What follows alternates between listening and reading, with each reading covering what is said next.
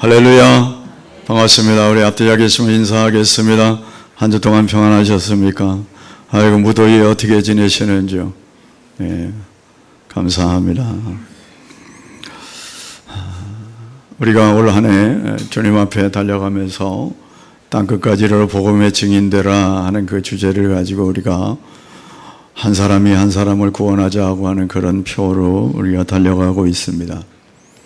우리가 그 사명을 늘 깨우쳐야 또 우리가 도전도 받아야 그 일을 감당하게 될 것이기 때문에 오늘 그 연속 선상에서 오늘 본문의 말씀을 중심으로 우리에게 주신 직분이라는 제목을 삼았습니다.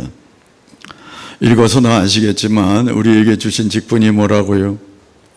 화목하게 하는 직분이라고 사도 바울이 고린도 교인들을 향하여 말하고 있습니다. 사도 바울은 자신이 화목하게 하는 직분을 받았다 하면서 저와 여러분에게도 동일한 직분이 있다는 것을 말하고 있습니다. 사도 바울은 자신의 사도직에 대해서 자꾸 시비를 걸고 정통성을 무시하는 그런 자들에게 자신이 사도직을 아주 잘 증명하면서 내가 사도가 된 것은 나 스스로 된 것이 아니라 하나님의 은혜로 된 것이다. 그리고 하나님이 나를 부르셨다는 것을 여러 면으로 증거하면서 그리고 자신이 그런 자격으로 이렇게 너희들에게 화평을 전하고 화목을 전한다. 그렇게 말하고 있습니다. 그러면서 하나님과 너희들 화목해야 된다. 뿐만 아니라 우리가 사람들과의 화목도 우리가 그 일들을 감당해야 할 그런 직분자다. 그런 것을 말하고 있습니다.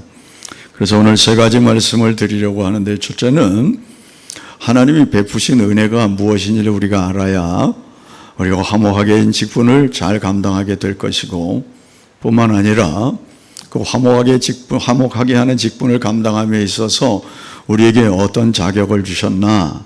그건 바로 그리스도의 사신이 되게 하셨다. 그런 말씀을 하고 있습니다. 그래서 먼저는 하나님께서 저와 여러분의 베푸신 은혜를 살펴보고 화목하게 하는 직분 그리고 사신으로서의 사명을 잘 감당하는 저와 여러분 되기를 소원합니다. 우리가 18절부터 읽었는데 17절 말씀에는 이런 말씀이 기록되어 있습니다. 누구든지 그리스도 안에 있으면 새로운 피조물이라. 이전 것은 지나갔으니 보라 새 것이 되었도다. 할렐루야. 저와 여러분이 어떤 존재임을 알고 우리가 어떤 상태라는 것을 아는 것처럼 자신의 발걸음이 확실한 사람은 없을 것 같습니다. 우리가 누군가 새로운 피조물이라. 그리스도 안에 있으면 이런 단서 조항이 있는데 그리스도 안에 있으면 그 말은 그리스도와 완전하게 연합되어 있으면 그런 뜻입니다. 곧 예수 그리스도를 영접함으로 예수 그리스도의 대속의 십자가의 죽음의 공로를 힘입어서 죄에서 해방되어지고 새 생명을 얻게 된 사람, 그것을 그리스도 안에 있다 그렇게 말하는 것입니다. 근데 새로운 피조물이다. 지난번 피조물 말고 새롭게 된 피조물이라고요. 그리스도를 통하여 재창조되어서 새로운 본성을 지니게 된 존재다. 누가요? 저와 여러분이. 그러니까 옛적과는 비교될 수 없는 새로운 존재가 되었다. 과거에 왜곡된 지식과 세상에 속한 여러 일들, 그런 편견, 가식 이런 것을 다 벗어버리는 그런 존재. 그런데 지나갔으니 그 말은 지나갈 것이다 말하지 않고 지나갔으니 완전히 과거가 되어버렸습니다. 뭐가요?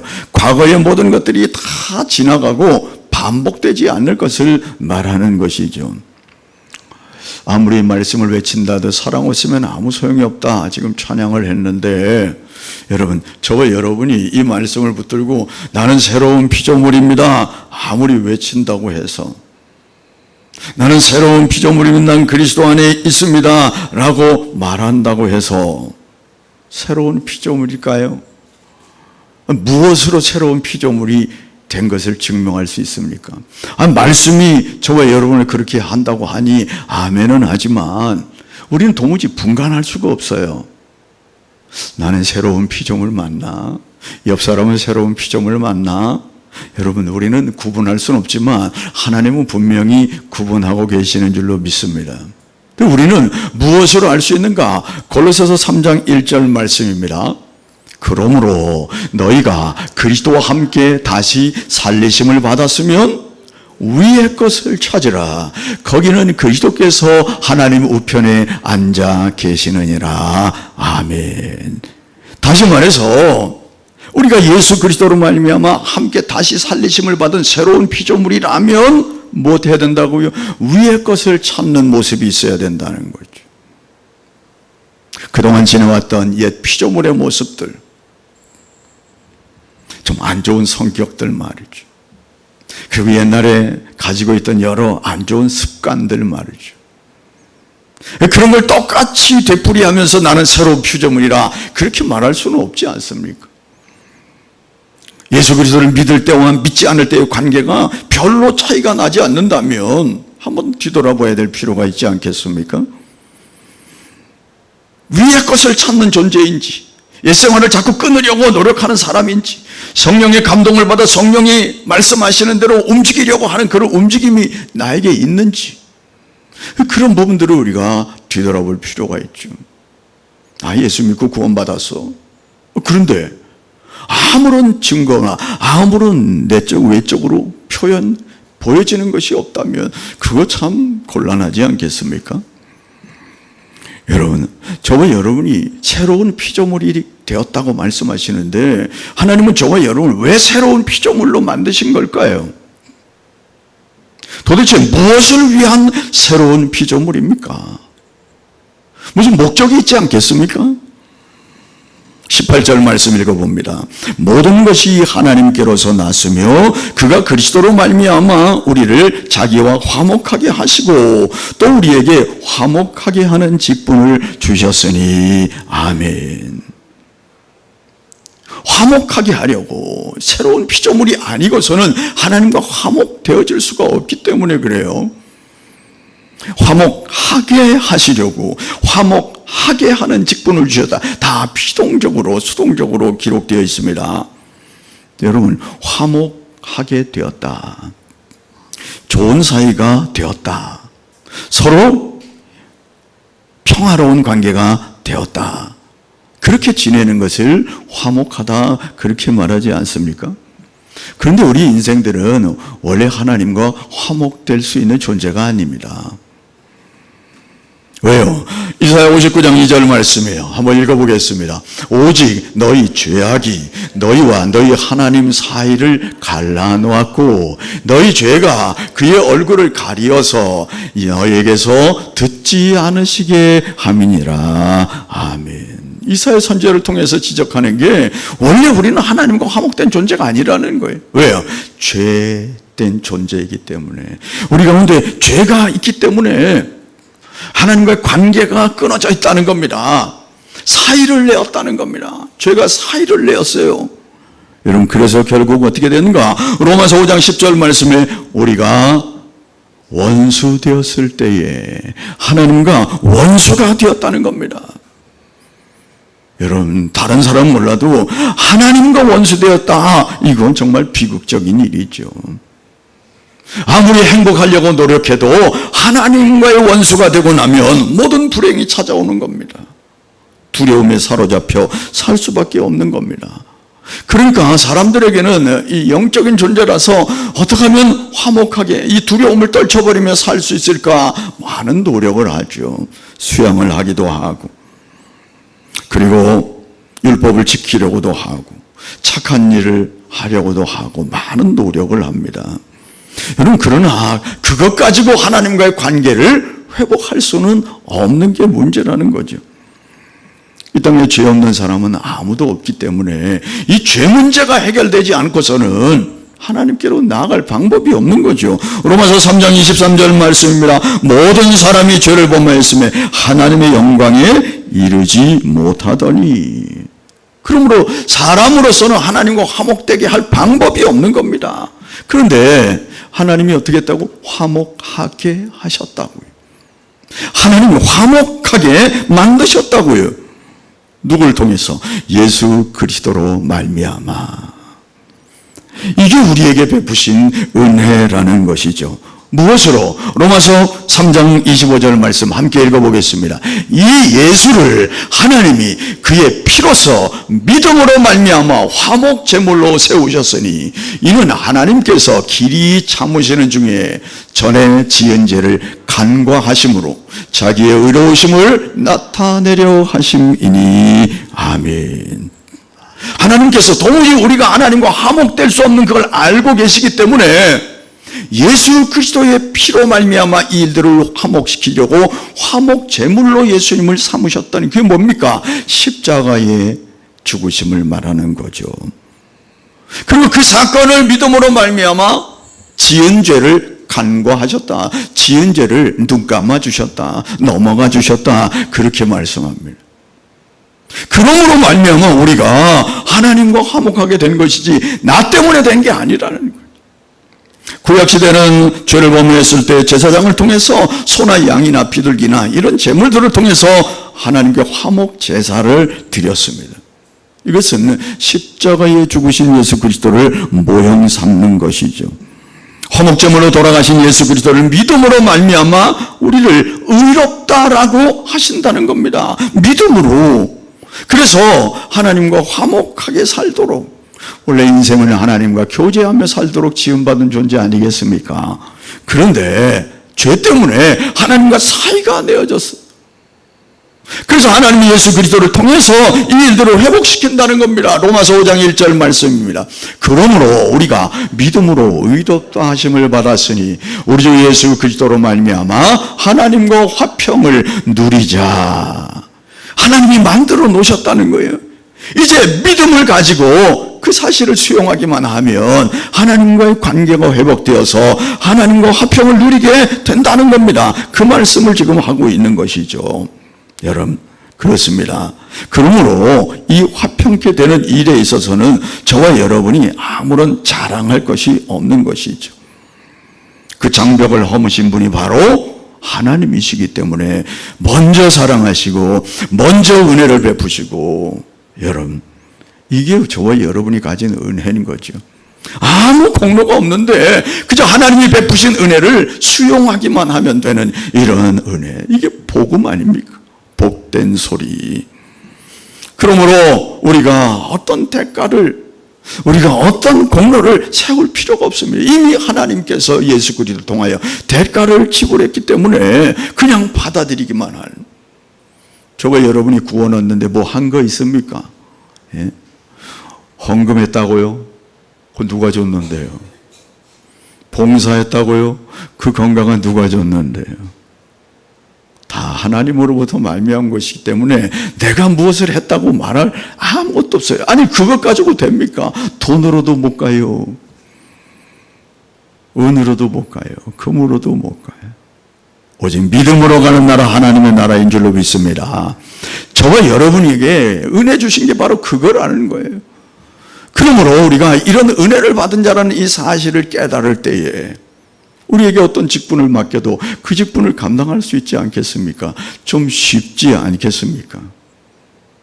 그래서 먼저 사랑하시고 먼저 찾아오시고 먼저 은혜를 베풀어 주셨다는 겁니다. 그리고 나서 저와 여러분에게 내가 너희들을 화목하게 했지, 너희들 사람들로도 화목하게 하고 그리고 나와도 화목하게 지내자, 그 말씀을 하는 것이죠.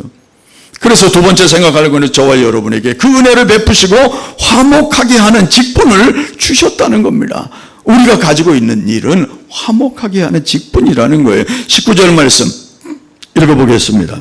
곧 하나님께서 그리스도 안에 계시사 세상을 자기와 화목하게 하시며, 이 그리스도 안에 계시사, 그런 말은 그리스도로 말미암아, 그런 의미입니다.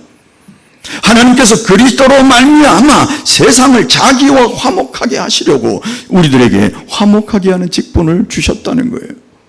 우리가 하나님과의 화목함은 물론이고 세상도 자기와 화목하게 하시려고 우리에게 직분을 주셨다고 말씀합니다. 조금 전에 우리가 살폈던 그 말씀하고 비슷한 말씀입니다. 21절 말씀입니다. 하나님이 죄를 알지도 못하신 이를 우리를 대신하여 죄로 삼으신 것은 우리로 하여금 그 안에서 하나님의 의가 되게 하려 하심이라. 여기 죄를 알지도 못하신 이가 누굽니까? 예수 그리스도, 하나님의 아들.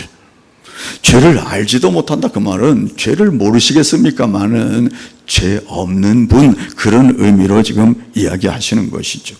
그런데 그분에게 우리의 죄를 대신 삼으셨다는 겁니다. 무죄하신 그분에게 우리의 죄를 전가시켰다는 겁니다. 왜 그러셨을까요?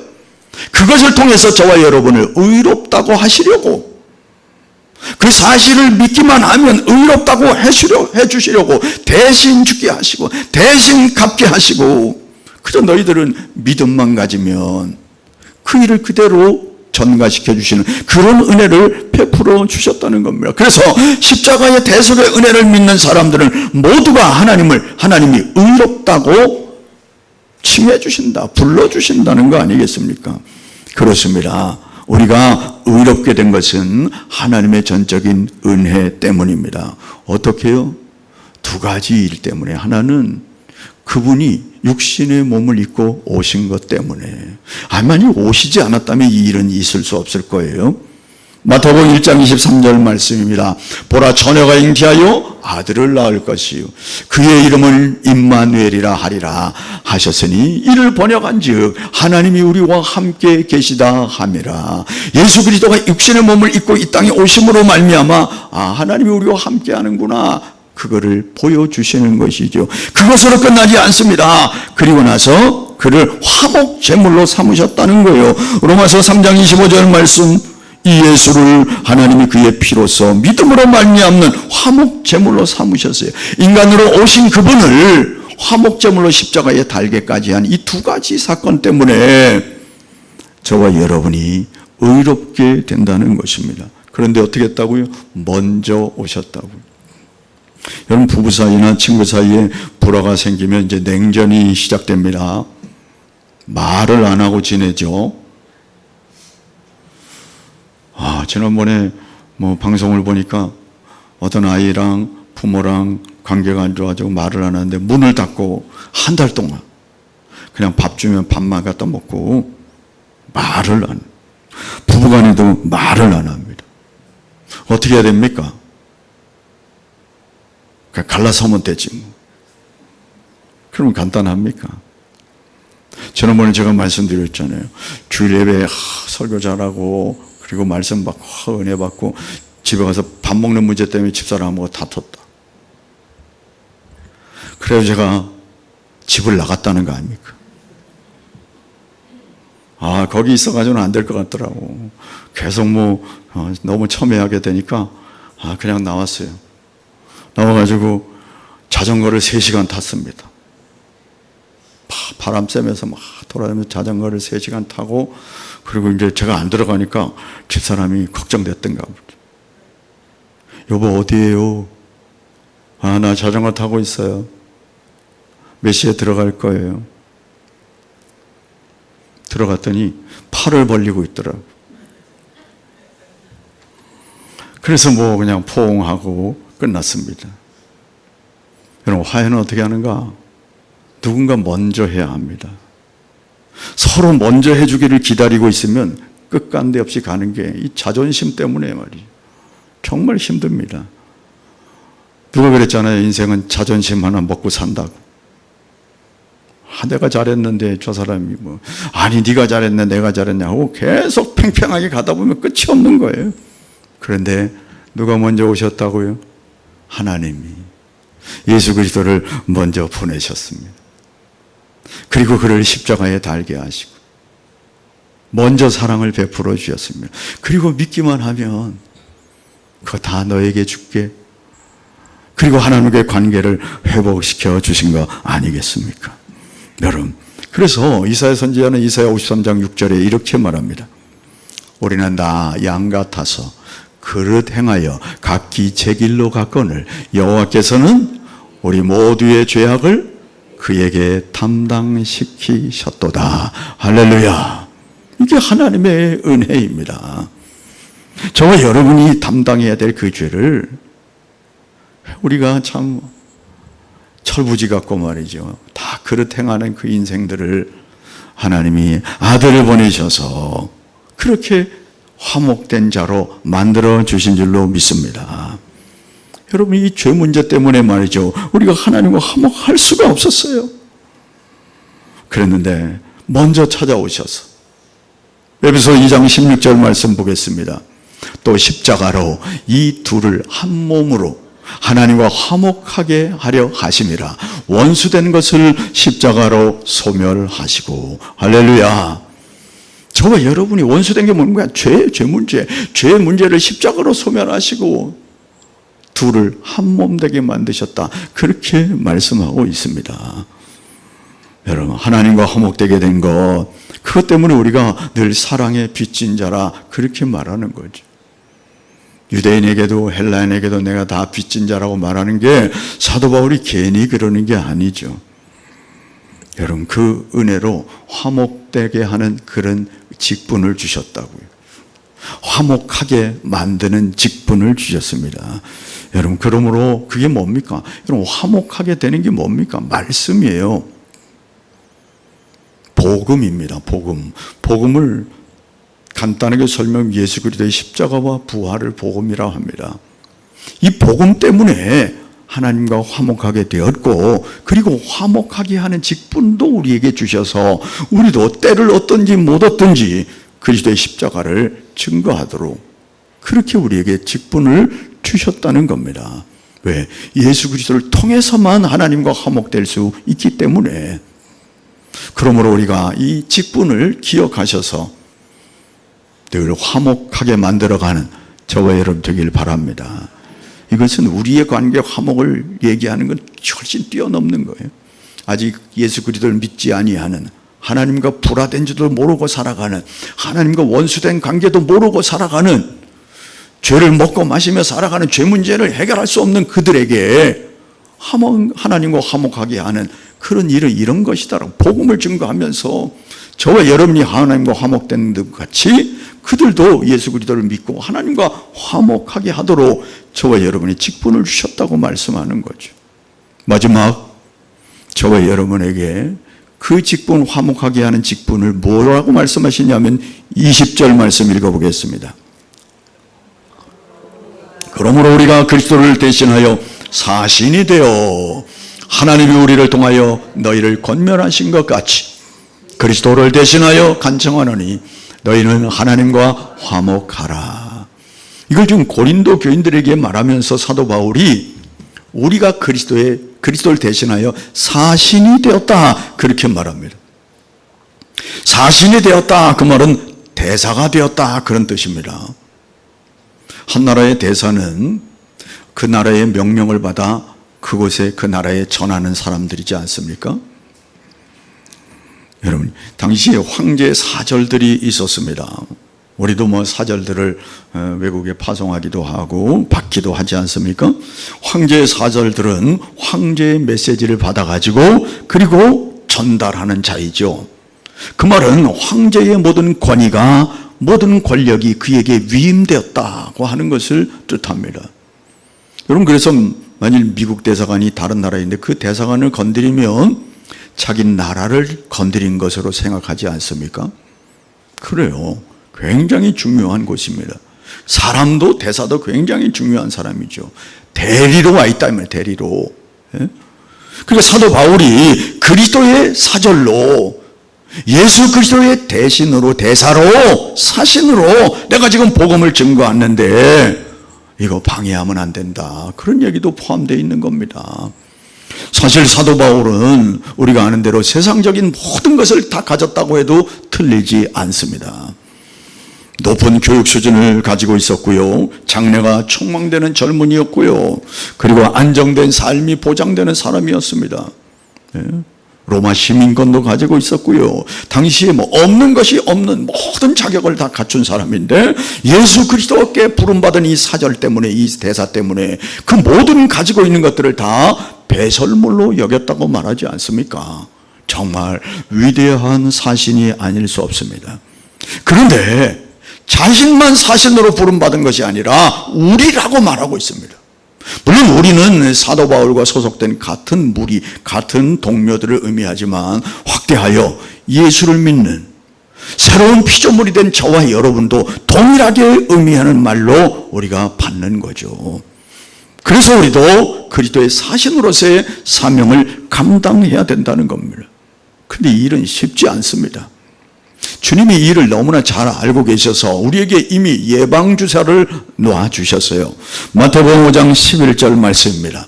나로 말미암아 너희를 욕하고 박해하고 거짓으로 너희를 거슬러 모든 악한 말을 할 때에, 이런 일이 있다는 거예요. 그리스도의 사신으로 나아가서 복음을 증거하는데 욕하고 박해하고 거짓으로 너희를 거슬려서 모든 악한 말을 할 때가 있다는 겁니다. 이미 주님이 알고 계셨어요. 그러면 그 뒤에는 어떻게 할까요? 싸워라, 죽여라, 쟁취해라, 그렇게 하셨습니까? 그러지 않습니다. 베드로 사도를 통해서 베드로전서 2장 23절에 그렇게 말합니다. 욕을 당하시되 맞대어 욕하지 아니하시고 고난을 당하시되 위협하지 아니하시고 오직 공의로 심판하시는 이에게 부탁하시며. 누가? 우리 주님이 그의 사신들이 앞으로 나아가서 활동할 때 이런 일이 있을 것이라고 말씀하시며 자신이 당했을 때에, 그 일을 똑같이 당했을 때에 어떻게 처신했는가를 우리에게 보여주고 있는 거죠. 베드로 사도가 그걸 보면서 욕을 당하시되 맞대어 욕을 하지 않으셨어. 그분은 고난을 당하실 때 위협하지 않으셨어. 그분이 내가 천사들에게 12영이 되는 군단을, 천사의 군단을 보낼 수 없을 줄 아느냐, 이렇게 말씀하셨어요. 말씀 한마디면 그냥 끝나는 건데 말이죠. 고난 당하시되 위협하지 않으셨어요. 오직 하나님께 맡기면서 일을 했다. 그 말은 무슨 말이에요? 저와 여러분이 사신으로서 일들을 감당할 때, 이런 이들을 만날 때에 이런 모습으로, 그리스도의 모습으로 일들을 감당해야 된다는 것을 말씀하는 것이죠. 그리스도의 사신답게, 그리스도가 누굽니까? 온유하신 분, 사랑이 많으신 분, 은혜가 풍성하신 분, 그런 분 아닙니까? 그러면 그분을 따라서 어떤 어려움을 당해도 항상 선한 모습으로, 온유한 모습으로, 겸손한 모습으로 그렇게 복음을 증거해야 그리스도의 명예가 존중되는 거 아니겠습니까? 여러분, 우리는 세상 사람들이 그리스도를 보여줄 방법이 없어요. 그리스도가 여기 있다라고 보여주면 얼마나 좋겠습니까만 그럴 방법이 없어요. 어떻게 됩니까? 저와 여러분입니다. 내가 어떻게 사느냐에 따라서, 그 대사가 어떻게 사느냐에 따라서 그 나라를 보여주는 것과 마찬가지로 저와 여러분의 삶을 통하여, 아, 그리스도가 저런 모습이구나, 아, 예수님이 저런 성품이구나, 그거를 보여줘야 하는 것이죠. 그래서 마태복음 5장 9절 말씀이 이렇게 말합니다. 화평하게 하는 자는 복이 있나니 그들이 하나님의 아들이라 일컬음을 받을 것이며. 할렐루야. 우리를 화평케 하는, 그 화목케 하는 직분을 주시고 그 일을 행하는 자들에게 하나님의 아들이라. 딸은 아닙니까? 딸이나 아들이나 마찬가지죠. 하나님의 자녀라고 일컬음을, 야, 저 사람 보니까 역시 하나님, 역시 예수 믿는 사람이야, 그거를 볼 수 있도록. 여러분, 하나님이 저와 여러분을 왜 하나님과 화평하게 하셨다고요? 하나님과 화평이 1차적인 것이고, 그 화평을 가지고 옆에 사람과 화평하도록. 늘 말씀드리지만 지극히 수직적인 사람은 옆으로 지극히 수평적인 사람이 될 수 있다는 거죠. 지극히 수평적이지 않은 사람이, 수직적이지 않은 사람이 진정한 수평을 이룰 수는 없습니다. 먼저 하나님과의 관계가 회복되어진 사람이 그 은혜의 감동을 해서, 그 은혜의 감격으로 옆에 사람을 섬길 수 있는. 왜? 내가 받은 사랑이 있기 때문에. 내가 받은 그 사랑을 가지고 분열이 있는 곳에 일치를, 다툼이 있는 곳에 화평을, 슬픔이 있는 곳에 기쁨을, 그래서 화평과 화해의 사신이 되는 것이죠. 은혜 받지 않은 사람은 그럴 수 없습니다. 제가 설교 시간에 가끔 2호선 상담가를 말씀을 드렸는데, 제가 받는지 안 받는지 모르겠는데 기본 며칠 전에 하는 거 보니까 보셨나 모르겠어요. 신혼 3개월인데 둘이서 3개월인데 도무지 이 남자를 어떻게 해결할 수가 없어서 여자가 신청해서 왔더라고요. 결혼한 지 3개월 됐어요. 그런데 뭐 말만 하면 계속 이 남자가 불안해하고 그리고 확인하려고 하고 여러 원인. 그래서 이제 그거를 뭐 파악을 해봤는데 원인이 있었어요. 이 사람이 결혼하기 전에 가정사로 굉장히 어려움들이